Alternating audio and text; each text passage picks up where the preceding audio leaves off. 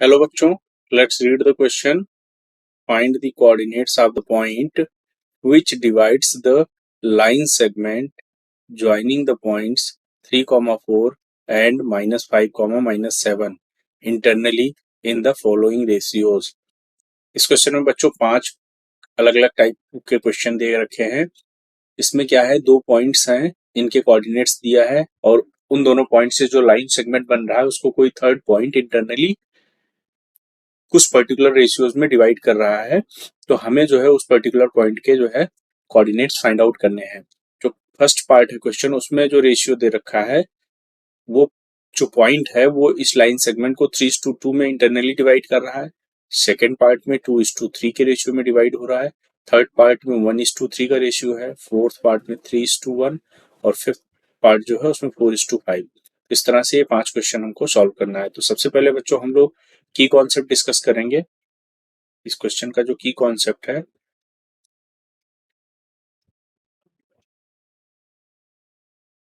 बच्चों सपोज करो अगर कोई 2 पॉइंट ए और बी है जिससे कोई एक लाइन सेगमेंट बन रहा है ए बी. कुछ इस तरह से हम, ये पॉइंट हमारा ए है और ये पॉइंट हमारा बी है, यानी ए बी एक लाइन सेगमेंट है जिसमें ए के कोऑर्डिनेट्स हैं x1, y1 और बी के कोऑर्डिनेट्स हैं x2, y2. अगर इस लाइन सेगमेंट को कोई पॉइंट P किसी पर्टिकुलर रेशियो m:n में डिवाइड कर रहा है तो जो पॉइंट P के जो कोऑर्डिनेट्स होंगे a, b हैं सपोज करो, तो इसको जो कोऑर्डिनेट फाइंड आउट करने का जो फॉर्मूला है वो कुछ इस तरह से लिखा जाता है. The coordinates of P that is a, b can be calculated by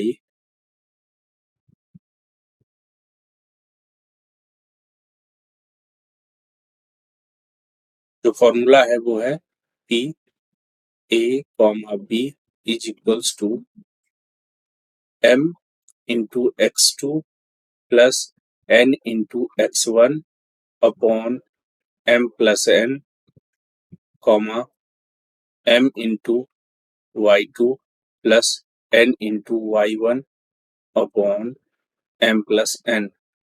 इस फॉर्मूले से हम पॉइंट P के कोऑर्डिनेट्स फाइंड आउट कर सकते हैं. ये मेन कॉन्सेप्ट इस क्वेश्चन का. इसी फॉर्मूले को यूज करके हमें अपना क्वेश्चन सॉल्व करना है. तो सबसे पहले हम लोग फर्स्ट पार्ट देखते हैं क्वेश्चन का.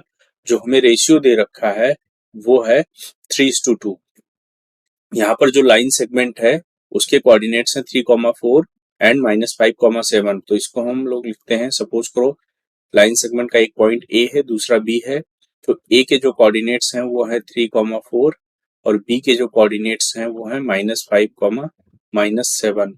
और जो पॉइंट P है, let point P whose coordinate is a, b. जो पॉइंट है उसके कोऑर्डिनेट्स हमने a, b ले लिया. और यहाँ पर जो रेशियो दे रखा है m:n वो है 3:2. तो ये सारी वैल्यूज हम लोग पुट करेंगे. ये वैल्यू हो गई x1 की वैल्यू 3, y1 की वैल्यू 4, x2 की वैल्यू -5 और y2 की वैल्यू -7. इन वैल्यूज को पुट करके हम P के कोऑर्डिनेट्स फाइंड आउट करेंगे. यहाँ से हो जाएगा 3 into -5 plus 2 into 3 upon 3 plus 2, comma 3 into y2 that is -7 plus 2 into y1 that is 4 upon 3 plus 2. इसको फर्दर सॉल्व करेंगे तो ये हो जाएगा हमारा 15 plus 6 divided by 5, comma -21 plus 8 divided by 5. That means ये इसको हम लोग लिख सकते हैं -9/5, कॉमा -13/5. तो जो फर्स्ट पार्ट का जो आंसर होगा वो हो जाएगा हमारा, जो कोऑर्डिनेट्स होंगे a, b फर्स्ट क्वेश्चन में वो हो जाएंगे -9, 5, -13, 5. ये हमारा फर्स्ट पार्ट का आंसर हो जाएगा. इसी तरह हम लोग सेकंड पार्ट पे मूव करेंगे।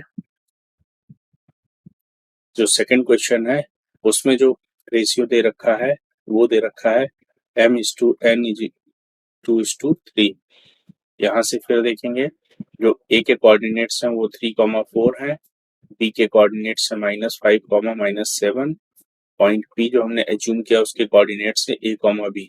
तो यहाँ से हम देखेंगे x1 की वैल्यू 3, y1 की वैल्यू 4, x2 की वैल्यू -5, y2 की वैल्यू -7।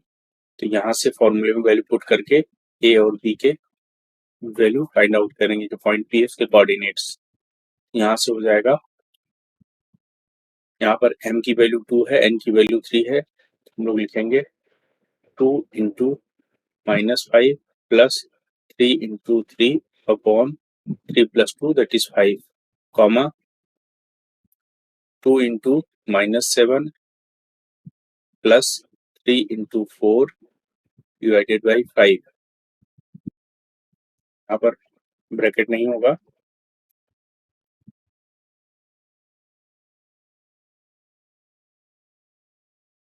इसको सॉल्व करेंगे। सॉल्व करने पर ये आएगा -10 प्लस 9/5, कॉमा -14 प्लस 12/5। यानी यहाँ से जो सेकंड पार्ट में जो कोऑर्डिनेट आएगा, सेकंड क्वेश्चन में जो कोऑर्डिनेट आएगा वो आएगा -1/5, कॉमा -2/5।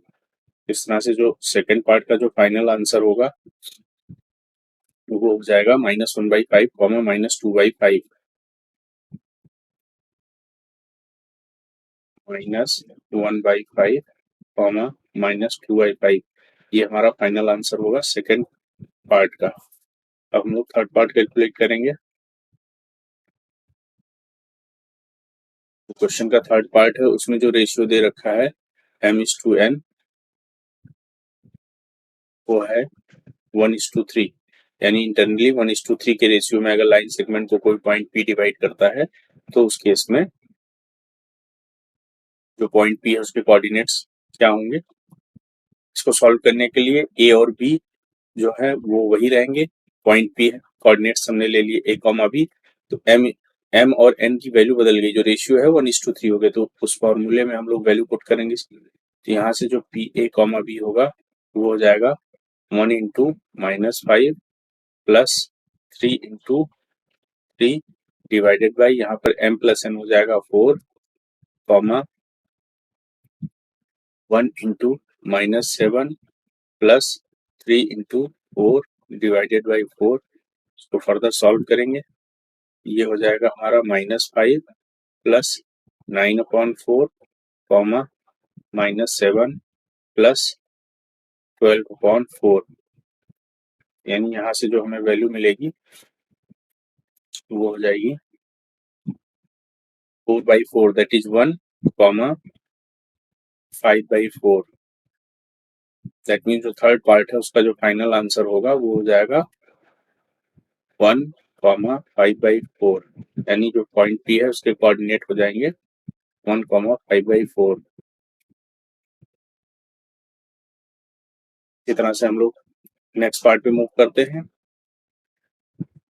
फोर्थ पार्ट में जो क्वेश्चन में m/n दे रखा है वो है 3:n, यानी जो रेशियो है लाइन सेगमेंट AB को पॉइंट P 3:1 के रेशियो में डिवाइड कर रहा है। तो इस केस में फिर हम लोग सॉल्व करेंगे। 3:1 है, A की वैल्यू 3,4 है, B की वैल्यू -5, -7 है, और जो पॉइंट P है उसके कोऑर्डिनेट्स A, B हैं। यहाँ से x1 की वैल्यू 3, y1 की वैल्यू 4, x1 की वैल्यू -5, y1 की वैल्यू x2 की वैल्यू -5, y2 की वैल्यू -7। यहाँ से फॉर्मूले में अप्लाई करेंगे तो पॉइंट P के जो कोऑर्डिनेट्स हो जाएंगे वो हो जाएंगे A, B। ये होगा 3 into -5 plus 1 into 3 upon 3 + 1 that is 4, comma यहाँ से हो जाएगा 3 into -7 plus 1 into 4 divided by 3 + 1 that is 4। इसको सॉल्व करेंगे, यहाँ से वैल्यू मिलेगी हमें -15 plus 3 divided by 4, comma -21 plus 4 divided by 4. That means ये जो वैल्यू आएगी यहाँ पर ये आ जाएगी -12/4, दैट इज -3 कॉमा ये वैल्यू आएगी -17/4. दैट मीन्स अगर लाइन सेगमेंट ए बी को पॉइंट पी 3:1 के रेशियो में इंटरनली डिवाइड करता है तो जो रेशियो आएगा वो -3 -17/4 होगा, यानी इस क्वेश्चन का जो फाइनल आंसर होगा -3 -17/4. ये इस क्वेश्चन का फाइनल आंसर होगा. अब हम लोग लास्ट पार्ट जो है क्वेश्चन का उसको मूव करेंगे. जो फिफ्थ पार्ट है क्वेश्चन का उसमें जो रेशियो दे रखा है m:n वो है 4:5, यानी लाइन सेगमेंट ए बी को यदि पॉइंट पी 4:5 के रेशियो में डिवाइड करता है तो उस केस में जो पॉइंट पी होगा उसके कोऑर्डिनेट्स क्या होंगे तो हम लोग कैलकुलेट करते हैं. a, b is equals to value put करेंगे सिंपली. यहाँ m की वैल्यू 4 है, n की वैल्यू 5 है, तो 4 into -5 plus 5 into 3 divided by 4 plus 5 9, comma 4 into -7 plus 5 into 4 divided by 9. इसको कैलकुलेट करेंगे. यहाँ से वैल्यू की मिलेगी -20 प्लस 15 डिवाइडेड बाई 9,